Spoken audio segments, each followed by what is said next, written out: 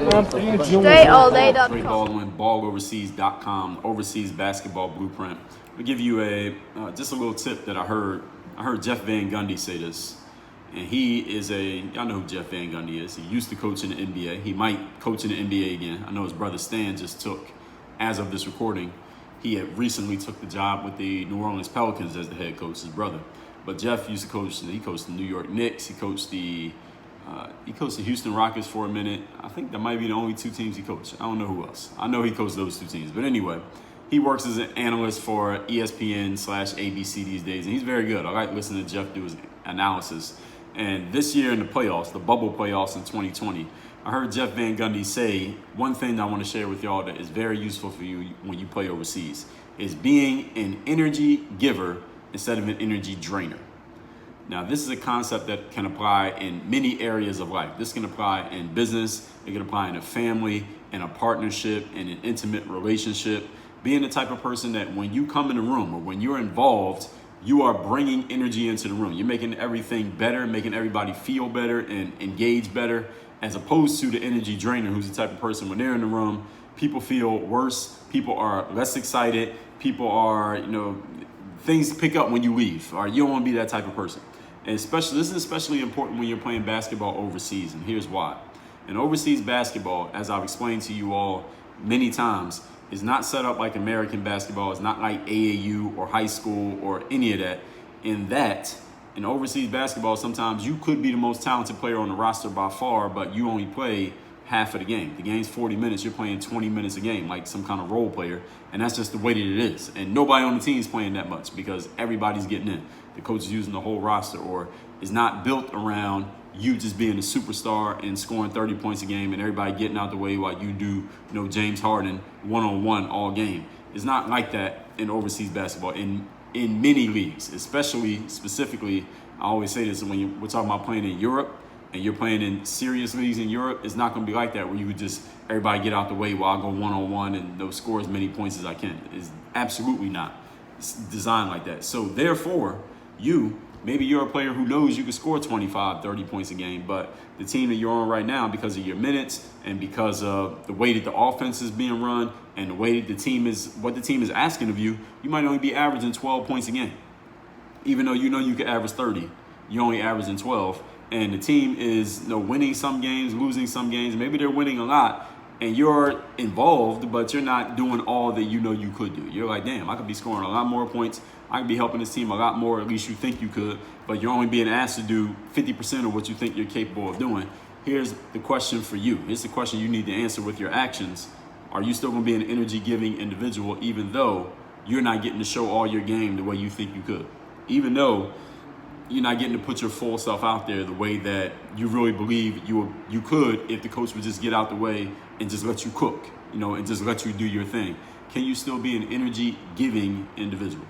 And the reason why this is so important is because if the team recognizes that you're not the energy giver and understand they are watching you and noticing even when you think nobody's paying attention, if they identify that you're an energy drainer and they think it's because, you're not playing, or you're not scoring 25 points a game, or you're not getting the ball all the time, or you're not allowed to go one-on-one, or the team is asking you to be a rebounder and a screen setter and a defender rather than the Steph Curry, score all the points, Allen Iverson type of guy, and they feel like you're draining energy from the team because you're sulking a little bit about not getting to be a star, they will get rid of you.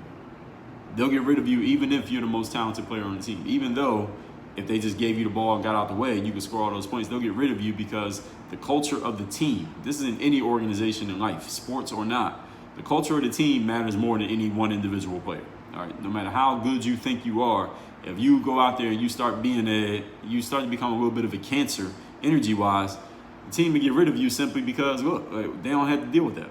They don't need to deal with your energy when you're bringing it down. You're bringing down everybody else's energy, everybody else's focus. There are plenty of players who I know of, maybe players that some of you know of. In the NBA, this has happened as well, where a player just has a certain energy that they're not feeling the situation because things are not revolving around them the way that they think it should. And the team is looking at them like, yo, we can do without you. All right, we'll get rid of you and keep doing what we need to do rather than us bending to your will simply because you want things to be going your way. and I'm not going to note any specific players here because I ain't going to bash them. Not in this video, I'm not. But this is the thing that I want y'all to keep in mind. All right, you must always be an energy giver. You got to be positive and focused on the fact that, look, you got a job playing professional basketball overseas, and if you're doing what the team wants you to do, even if what the team wants you to do is average 8 points a game, be happy averaging 8 points a game. Be happy that you have a job playing professional sports overseas. This is something that when I was playing overseas, there are many times where I was in these certain situations where I wasn't playing as much as I thought I should be playing. I knew I was the best player on the team. I knew I should be getting the ball a lot more. And I wasn't even, there's sometimes I wasn't just getting in the game as much as I wanted to. And I couldn't really talk to the coaches like that because they didn't all speak English and they weren't really trying to hear it anyway. Even when I did get to talk to them, I had to remind myself, like, yo, you in Europe getting paid a full-time salary to play basketball. All right, what would you be doing if you force your way out of this contract? What you gonna go home and do? You gonna go work at the grocery store again? You gonna go work at the gym and sell memberships? You gonna go work at Foot Locker again? What are you gonna do? Who do you know, Dre, who's back at home doing a job that's more fun than what you're doing right now? All right, now what you're doing in the job is one thing, and I get it, I 100% get it, but what other job you gonna do? What you gonna do if you go home right now?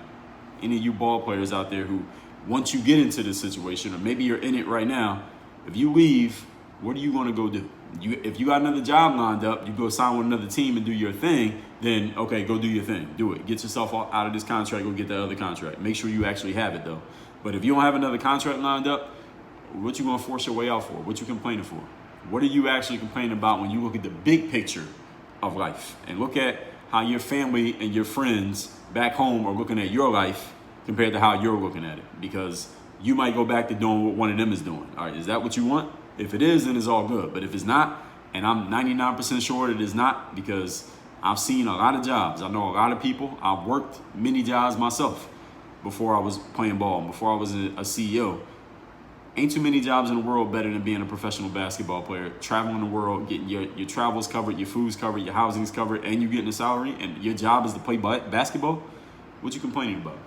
This is just a reminder that I got to give the players every once in a while. So you players out there who are either you're trying to get on or you're already on, and this is a situation that you're dealing with, trust me, you are not the first one to deal with this. You will not be the last one to deal with it, and it might not be the last time you need to deal with it in your career. You should be hopeful that it's not the last time, because that might mean the end of your career if you never deal with this again. That the game is just the game. Sometimes the team wants from you different from what you want from yourself. But listen, if you're not the owner of the team, sometimes you got to do what the team asks. You got to be a team player. And being a team player means doing what's asked of you, even if that's not exactly how you want things to go. All right? And you got to be mature enough to deal with that. If you're not, then overseas basketball just might not be for you. And then you got to go home and do one of those other jobs. If that's what you want, hey. All that being said, if you have not yet claimed your free copy of this book, The Overseas Basketball Blueprint, I made the book free. All you need to do is cover a small shipping charge. You just go to balloverseas.com. The book is paid for. All you do is cover the shipping. We will ship this book to you worldwide, anywhere that you live. Now, there are other aspects of the overseas game. Once you really, if you're serious about it, that you can learn about. I went and made books about those as well. So let me tell you what those are. The truth about overseas basketball exposure camps. You need to go to a camp. This book will tell you everything you need to know, everything you need to do. When it comes to getting a basketball agent, how do agents work? Why do they make the decisions that they make? How can you get one? It's covered in this book, Basketball Agents Decoded, and then Overseas Basketball Secrets, where I cover the entirety of the overseas basketball game, the business aspect of it, the business side of it, how it works, why it is the way it is, and how you can work within the system. That's covered all in here. All four of these books together is called the Overseas Blueprint Bundle, all four. You get the Overseas Blueprint Bundle when you go to balloverseas.com. You claim your copy of this. There's a little box on that form if you want to get all four. We make you an offer to get all four. If you just want this one, you can get just this one. But that's at balloverseas.com. So all you basketball players out there ready to play overseas, I am the plug. I got all the information. Work on your game. Dre, all